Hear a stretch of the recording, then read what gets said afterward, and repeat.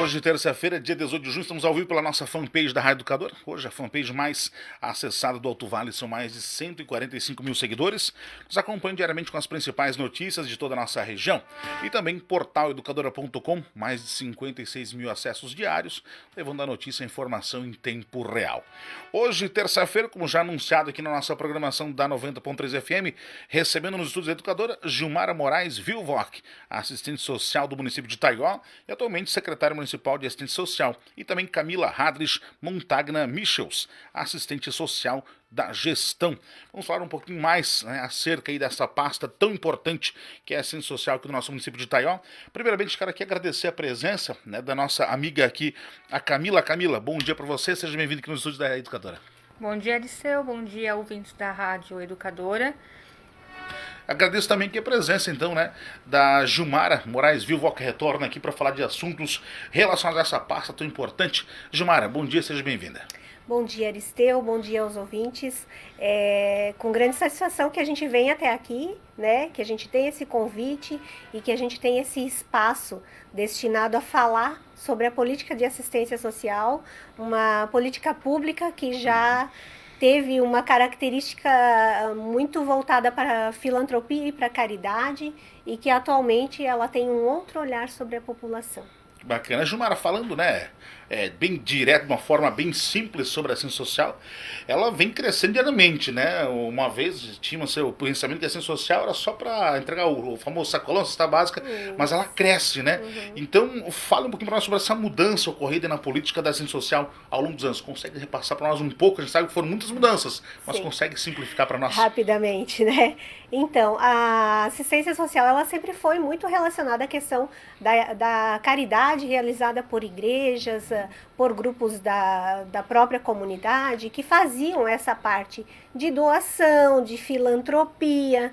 No entanto, o que acontece? O que esse movimento entre os trabalhadores da área de assistência social, seria o rompimento com essas questões de higienismo e também de somente fazer essa parte da caridade, O que acabava acontecendo? Acabava acontecendo que somente fazer a caridade fazia com que o público-alvo da assistência social ele não assumisse a condição de cidadão, de indivíduo, de sujeito de direitos, Então, esse rompimento com essa questão da caridade, ele já vem lá desde a Constituição de 1988, que é chamada Constituição Cidadã, Que ela trouxe, então, alguns avanços, trouxe a garantia de alguns direitos em relação a essa população que atualmente nós chamamos de pessoas em situação de vulnerabilidade.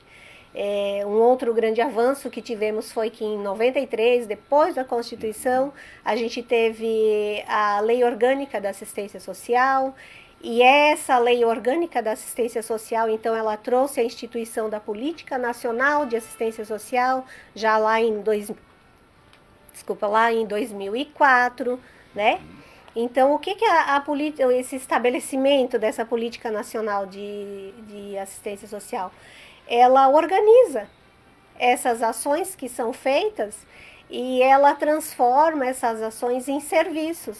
E esses serviços, eles foram divididos entre todos os entes federativos, Foram fracionados. Então, o governo federal tem a sua parte, os municípios, os estados. Então, ela trouxe esse crescimento dentro da assistência social. E um outro fato interessante é que daí dentro da Política Nacional de Assistência Social ela trouxe o SUAS, que é o Sistema Único de Assistência Social, Bacana, interessante.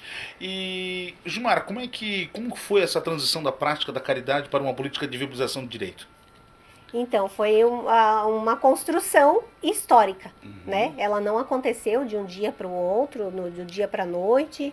Ela foi ganhando esse espaço dentro de regramentos e leis, E é bem interessante a questão de que tanto ela ganhou esse espaço de regramento, que a assistência social ela tem um sistema muito próximo ao SUS, Então, assim, a política de assistência social foi dividida em níveis de proteção, como acontece no SUS. No SUS tem a unidade básica de saúde, que fica lá, que é a ponta, né, que é onde onde iniciam os atendimentos. A assistência social tem a proteção social básica, que é feita no CRAS. Bacana. Isso. Você, Joara, falou então aí do SUAS, né? Ele é muito parecido com o SUS. A gente sabe que hoje ele é muito regrado, né? Não é, muito fácil, só ir lá na assistência social lá que vai ser resolvido na hora. Tudo, tem grandes burocracias também, igual o SUS como tem, né? Sim, então a gente dentro dessa divisão dos serviços, né? Além da proteção social básica, a gente tem a proteção social especial, de média complexidade e de alta complexidade, como se fosse a especialidade médica e as internações mais complicadas, a gente costuma dizer, né, o de alta complexidade. Então, dentro da proteção social básica, a gente tem o CRAS. E o que faz o CRAS, então, né?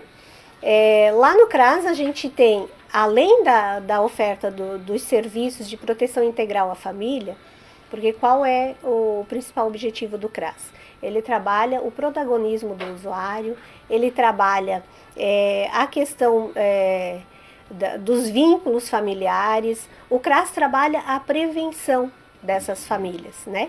E também dentro do CRAS é ofertado o serviço de convivência e fortalecimento de vínculos, que até então era ofertado somente para crianças e adolescentes de 6 a 17 anos. E neste ano a gente está com uma inovação. A gente ampliou o nosso serviço de convivência e fortalecimento de vínculos para idosos. Esses nossos idosos são aqueles idosos do público-alvo da assistência social, aqueles oriundos das famílias mais vulneráveis, aqueles idosos que recebem o benefício de prestação continuada. Então, assim, está se iniciando também esse trabalho com os idosos. Em relação aos benefícios, que é algo que as pessoas têm muito essa questão, a assistência social só dá cesta básica. Exatamente. Né? Então, assim, a gente tem no nosso município uma lei de benefícios eventuais e dentro desses benefícios eventuais existe um fracionamento. Então, a cesta básica é um dos benefícios eventuais ofertados dentro desse serviço, né? Então, a gente tem o auxílio funeral, a gente tem o auxílio natalidade, temos também o benefício para eventualidades, também o aluguel social. Então, assim, mas esses benefícios, eles são acessados para quem? Para quem deles necessitar, mediante o atendimento da equipe que atua com a concessão dos benefícios. Então, assim, é toda uma análise e, além do que, assim, essa análise é feita pelos profissionais técnicos e ela tem um acompanhamento. Então, é nesse sentido que a assistência social perdeu o caráter de caridade. O pessoal tem que entender também, né, Gilmara, que para quando a pessoa ela for fazer o uso da assistência social, ela tem que ter um acompanhamento, você faz um estudo da situação toda. Não é só a questão de chegar lá, eu quero um auxílio funeral para hoje, eu quero um auxílio de alimentos. Você faz um estudo, um reconhecimento e não somente entregam, vocês auxiliam e ajudam também, né? Isso, com certeza. A gente faz o acompanhamento da família, porque a equipe que trabalha, que atua no benefício é composta por uma psicóloga e uma assistente social que fazem o atendimento psicossocial. Então, a gente costuma, quando eu era técnica do equipamento, que eu já sou técnica assistente social no município há 30 anos, então quando eu era técnica assistente social no equipamento, a gente costumava dizer, muitas vezes o pedido do auxílio alimentação é a ponta do iceberg. Porque aí a equipe começa a atender essa família, coloca em atendimento, começa a acompanhar ela com mais frequência, e aí você percebe que o problema dessa família não é a questão da alimentação. Muitas vezes são 3, 4 meses de conta de luz atrasada, que uma cesta básica não vai resolver. Exatamente. Às vezes é o aluguel, porque Aristeu, a gente teve assim, principalmente após a enchente, a gente teve assim uma elevação dos preços dos aluguéis. Então o que acontece? Muitas pessoas não têm dado conta, porque tiveram que sair da área atingida, foram para uma área que não pega enchente, o aluguel é mais caro, consequentemente a condição financeira dessa pessoa acaba entrando em vulnerabilidade. Então esses benefícios eles vêm para dar um respaldo financeiro por um determinado tempo, por isso que eles são chamados de benefícios eventuais, diferente dos benefícios do governo federal, que eles são por tempo indeterminado, mas eles vêm para isso, para dar esse respaldo para essa família que está em situação de vulnerabilidade, seja por qual motivo for. Quem vai entender a condição dessa família e quem vai fazer a concessão do benefício é o técnico. E isso está bem regrado na lei. Gilmar, eu lhe pergunto, a gente sabe que, como você bem falou, né? É tudo regrado, é com leis, não é como vocês. Se fosse por vocês, talvez já seria muito mais rápido, mas existe essa morosidade, existe um processo, né? Isso. E eu lhe pergunto, como é que a população ela entende que vocês também precisam manter esse regulamento? A população está entendendo isso, porque a gente sabe muitas vezes eles querem na hora, né? Muitas pessoas querem. O meu problema sempre é o maior que o dos outros, né? Sempre. A população está entendendo, eles entendem que essa evolução da assistência social? A gente tem alguns momentos que sim, que as pessoas entendem, mas a gente também tem entendimentos inúmeros, né? Então, tem muitas pessoas que não têm esse entendimento, que precisa esperar o procedimento. Se ela recebe um auxílio vulnerabilidade, ela não vai receber o dinheiro na mão dela nesse momento, até porque a gente está lidando com recursos públicos que precisam prestar contas, passar por trâmites contábeis, né? Então, assim, às vezes a gente não tem esse entendimento, mas a gente precisa cumprir o trâmite. Então, realmente, alguns benefícios demoram um pouquinho mais por conta da questão burocrática mesmo, de fazer o registro, de fazer empenhamento da despesa, de fazer depósito. Mas eu penso que na maioria das vezes, né, as pessoas conseguem entender que a gente também tem as nossas limitações, né? Bacana. Gilmar, esses equipamentos que você mencionou, possuem umas equipes específicas também? Então, o CRAS, como eu já mencionei, que é a proteção social básica da assistência social, que trabalha as questões de prevenção e a concessão de benefícios. A equipe básica é um assistente social e um psicólogo para o atendimento psicossocial das famílias e o acompanhamento das famílias. Aí a gente tem a proteção social especial. Ela é composta por uma equipe de uma assistente social e 2 técnicas psicólogas. Nesse equipamento, Aristeu, a proteção social especial, como o nome já diz, esse equipamento trabalha somente com violações, com situações de violação de direitos. Então, aquela mulher que tem uma medida protetiva, aquele idoso que sofreu algum tipo de violência de qualquer tipo, né? Esse equipamento ele trata dessas questões. Então ele trata quando a violência está instalada. E aí ele acompanha essa pessoa, insere no programa e acompanha ela até que consiga superar essa violação. E aí a gente tem também a questão do acolhimento, né? Que é o abrigo institucional, que nós temos, que antigamente era chamado de orfanato, né? Sim. Então a gente tem o abrigo institucional, que é para crianças e adolescentes, também no nosso município, também é um equipamento da assistência social, consta dos serviços da assistência social, e atualmente a gente tem vaga para 20 crianças ou adolescentes, né? Com equipe técnica também, assistente social, psicólogo, pedagogo, que é a coordenadora, a gente tem os educadores sociais, que trabalham em regime de plantão. Então, assim, é um equipamento que não para nunca, né? Muito grande, e trabalha a maior violação que existe, né?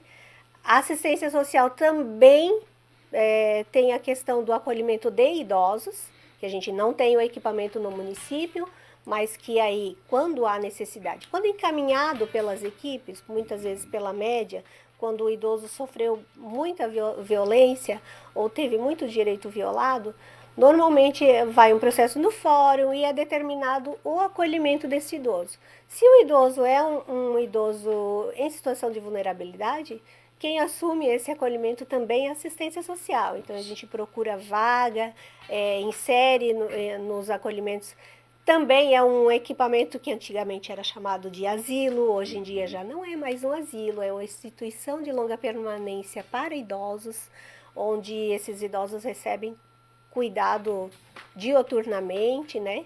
Com equipes específicas também, né? Eu Gilmar, que muda também não somente, mudou o nome, mas Não. mudou o atendimento também, Mudou. né? A gente Uhum. percebe que antigamente era tudo mais, era diferente, hoje é com mais carinho, tem mais Isso. opções, tem mais profissionais juntos, né? A gente percebe que tem muito atendimento paralelo. Então, assim, não é só a pessoa que alimenta. Exatamente. A gente tem o técnico que vai lá, que faz recreação, tem o fisioterapeuta que vai lá fazer a motivação dessas pessoas.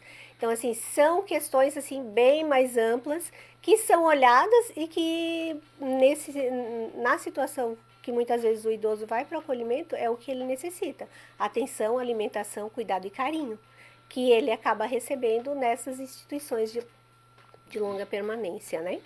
Entendi. Lembrando, e eu lhe pergunto, como é que são mantidos esses serviços, Gilmara? Então, a gente tem também dentro da assistência social a área da gestão. Aham. E essa área da gestão eu vou deixar para a Camila, porque ela é a técnica da gestão e é ela quem trabalha diretamente com essas questões. Então, vamos lá, Camila, está em suas mãos aí, manda para nós. Bom dia, mais uma vez cumprimentando a todos, né? Então, falando um pouquinho da gestão, na gestão a gente organiza, né? Como são executados, né? Todos os serviços. Então, assim, o repasse de recursos, ele passa por dentro da gestão. Ali a gente vai planejar como é que vai ser utilizado, qual que equipamento tem maior necessidade, no que pode ser utilizado nesse equipamento, né? Então, vem recursos de nível federal, estadual e recursos próprios. A nossa assistência social, ela é mantida quase que em 90% por recursos próprios do município. Então, assim, porque vem pouquíssimo, né? Repasse do federal e menos do estado, né? Para vocês terem uma noção, o federal hoje está em torno de 300 mil reais e o do estado ao ano, né? E o do estado está em torno de 130 mil reais ao ano para executar toda essa gama de serviços, né? Que já foi citada pela Gilmara. E para a gente conseguir esses repasses, a gente tem que estar de acordo, né? Com as legislações, tem que ter equipe mínima, tem que ter a tipificação do serviço, ele tem que estar de acordo com o preconizado, né, na resolução 109, que é a tipificação de serviços assistenciais, e de acordo com a NOB-RH SUAS, que é a norma que diz quais profissionais têm que estar em cada equipamento, né? Os equipamentos do CRAS, a Proteção Social Especial de Média Complexidade e o abrigo institucional, né? Então, ali a gente vai trabalhando com essa questão. E ainda na gestão, a gente tem os conselhos, né? Os conselhos fazem a parte fiscalizatória da política. Então, assim, tem membros da sociedade civil que estão inseridos nos conselhos para fiscalizar contas. Então, assim, tudo que é feito, o conselho está vendo, está dando seu aval, né? Então, não é uma coisa que a Gilmara decidiu comprar tal coisa. Não é assim que funciona. Precisa passar pelo conselho. O conselho precisa ver se realmente é viável, com o recurso que se tem, fazer essa compra. Então, ou fazer esse pagamento, como é que está sendo realizado, né? Na assistência, daí a gente tem o Conselho Municipal de Assistência Social, tem o Conselho Municipal, o Conselho de Direitos da Criança e Adolescente, que é o CMDCA, e o Conselho de Direitos do Idoso, que é o CMI, né? Que vai fiscalizar todas as arrecadações de fundo do idoso, no caso o idoso, né? E do CMDCA, que vai fazer a fiscalização e auxiliar na gestão do FIA. Existem, né, repasses, daí, como eu tinha dito, do federal para assistência social, e alguns desses repasses são feitos via transferências voluntárias, que são as emendas parlamentares. Antigamente, elas eram feitas de uma forma muito livre. Então, o deputado decidiu destinar para tal lugar e vai ser feito de qualquer forma. E em 2020, né, veio a portaria 580, É uma portaria ministerial, regrando a forma de transferência desses recursos. Então, ela tem uma série de regrinhas que têm que ser cumpridas. Para poder receber recurso de transferência voluntária, que são as emendas, para o deputado poder indicar um município para receber, ele tem que ter os serviços tipificados na Resolução 109, que é a tipificação. Tem que funcionar naquele esquema. E tem que ter a equipe de acordo com a NOB-RH. Então, assim, a gente até teve, né, um recurso que veio do deputado Ismael, que ele indicou o município de Itaió e a APAI vinha pleiteando, né, este recurso. Mas, né, por não estar em conformidade, né, com os serviços tipificados na Resolução 109, ela presta, sim, serviço de assistência social, só que de outras resoluções, né? Da 33, da 27 e da 34. Ela presta esses serviços. Mas para as emendas tem que ser específico da 109. E no caso de entidades, ele é apenas para média e alta complexidade. Aí por isso que não foi destinado para a APAI. Gilmara, ela me falando, ela usou uma palavra muito interessante, que as verbas antigamente era tudo muito liberado, né? Sim. Ela comentou então sobre esse regulamento. Eu faço uma pergunta: quem faz esse regulamento não é vocês aqui de Itaió. Vocês seguem uma risca, vocês simplesmente então mostram as regras e seguem aquilo ali. Então, ou seja, não é o município que declara o que será feito com a verba, se a pessoa, se a entidade tem direito ou não, né? Então, como a Camila já falou, a gente segue toda a legislação, que é uma legislação federal. E aí, dentro do que diz essa legislação federal, a gente também não pode incorrer em erros, no sentido de que esse recurso vem para a assistência social. E no momento que esse recurso for repassado de uma maneira que não está dentro dos parâmetros das resoluções, o que pode acontecer? Eu, enquanto gestora, preciso assinar esses repasses. O próprio gestor municipal também precisa autorizar esses repasses. Então, se esses recursos forem destinados de maneira que não estiverem dentro da legislação, nós também poderemos ser responsabilizados. Porque quem fez os regramentos não fomos nós. São leis maiores, são leis federais e resoluções que estão fora do nosso alcance. Citamos, né, até a APAI de Itaió, que você falou que houve então esse detalhe, vamos dizer assim, com essa emenda. Qual o passo então agora? É o município que tem que ver o que houve com a APAI, ou a APAI tem que buscar talvez regular nesse momento? Isso, na realidade o que foi feito? Foi feita uma visita técnica, né, com um checklist para verificar se realmente a APAI iria se enquadrar dentro do recebimento da emenda parlamentar. Como houveram muitos pontos que não são cumpridos, foi feita uma orientação para, caso a entidade tenha o interesse de posteriormente ter acesso, que faça a adequação do serviço. Né? Nesse caso, o recurso ele está assinalado para o município de Itaió, mas ele ainda não está nas contas do município, porque é tudo via sistema.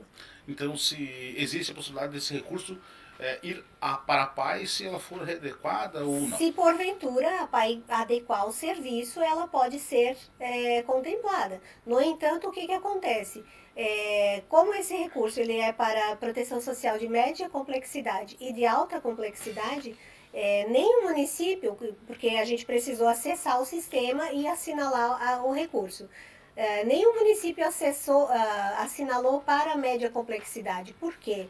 Porque dentro da média complexidade existem serviços. O nosso município ele tem uma equipe que presta serviços. O nosso município não realiza o PAEF, que é diretamente ligado ao CREAS. O nosso município não tem CREAS ainda, que é um equipamento a mais da assistência social. Então, o que foi feito no sistema? Esse recurso foi assinalado para alta complexidade, porque nem o município continha essa equipe de CREAS, que essa equipe de CREAS ela exige inclusive a existência de um advogado na equipe. Olha só. Então, como nós só temos psicólogo e assistente social, a gente procurou nem assinalar para o município na média, por conta da inexistência dessa equipe legalmente constituída. Como na alta complexidade a gente tem o equipamento dentro dos critérios, a gente acabou assinalando para lá. Bacana. Agora são 12 horas pontualmente, nosso tempo um pouco limitado. Eu quero agradecer aqui a presença, então, da jovem Camila. Camila, obrigado pela tua presença. Você, quando vem aqui, sempre traz assuntos muito interessantes para a nossa população. Eu fico feliz com a tua presença, retorno mais vezes e deixo espaço para as suas considerações. Obrigado. Obrigada, Aristeu. Obrigada aos ouvintes da Rádio Educadora. E é com muita alegria que a gente vem aqui nesse espaço para trazer um pouquinho do trabalho que a gente faz para a população conhecer, né, o que a gente realmente faz. Muito obrigada. Muito bem. Gilmara, quero agradecer aqui a tua presença, você muito solícita, nosso chamado aí, você, se fôssemos para falar da sua pasta aqui, que é Assistência Social, precisaríamos ficar aqui, quem sabe, mais a tarde toda ainda, e faltaria tempo, porque a gente sabe que a Assistência Social ela é uma árvore com muitos galhos, e cada galho ali tem bastante coisa, bastante serviço, bastante trabalho. Eu quero deixar aqui o espaço para você que retorne mais vezes para falarmos assuntos específicos aí. A gente sabe, né, que a Assistência Social ela está sempre focada aí no jovem, no idoso, morador de rua, a gente sabe, a gente fala morador de rua, mas essas pessoas que merecem um carinho todo especial também, quer dizer o quê? Muito trabalho que é desenvolvido dentro da Assistência Social. Então a gente quer dar muito mais visibilidade para essa pasta, uma pasta muito importante, como eu comentei com você em off aqui. A gente sempre fala no município, a preocupação é obras e saúde, mas tem a Assistência Social com uma pasta muito importante também, tem a agricultura, tem o esporte, ou seja, todos têm a sua importância e o seu valor. E a gente sabe qual é a importância da Assistência Social. Então deixo o espaço para suas considerações, retorne mais vezes para falarmos aí desse importante trabalho que vocês fazem para o município de Itaió. Obrigado mais uma vez. Eu agradeço novamente o espaço concedido e sim, penso que é muito importante que nós possamos utilizar esse espaço para falar da política municipal de assistência social, que é ampla e que é muito importante para toda a população. Obrigado, então. Essa foi, então, o nosso bate-papo de hoje com a Gilmara Moraes Vilvoc, assistente social do município de Itaió, e atualmente secretária municipal de assistência social, e também a Camila Radrich Montagna Michels, assistente social de gestão. Finalizamos nossa transmissão, ela está à disposição lá no portal educadora.com, à tarde estará no nosso site também.